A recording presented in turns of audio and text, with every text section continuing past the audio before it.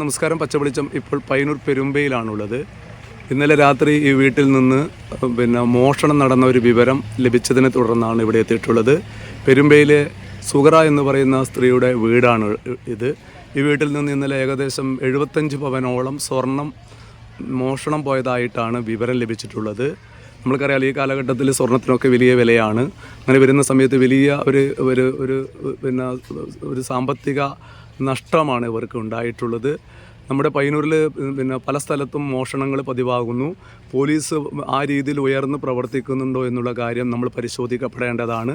പയ്യന്നൂരിൽ നമ്മുടെ control room ഒക്കെ ഉണ്ട്, DYSP ഉണ്ട്. അതുപോലെ തന്നെ പോലീസിന് ഒരു കൺട്രോൾ റൂം തന്നെ പയ്യന്നൂരിലുണ്ട്.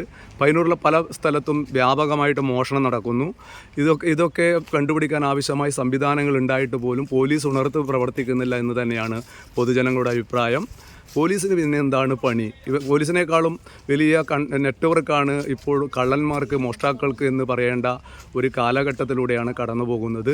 നമ്മുടെ ഇന്നലെ ഇവിടെ പയ്യന്നൂരിൽ പോലീസിൻ്റെ സാന്നിധ്യം, അതുപോലെ തന്നെ അവരുടെ വണ്ടി ഇന്നലെ ഇവിടെ ഉണ്ടായിട്ടില്ല എന്നുള്ള രീതിയിലുള്ള വാർത്തയും പ്രചരിക്കുന്നുണ്ട്.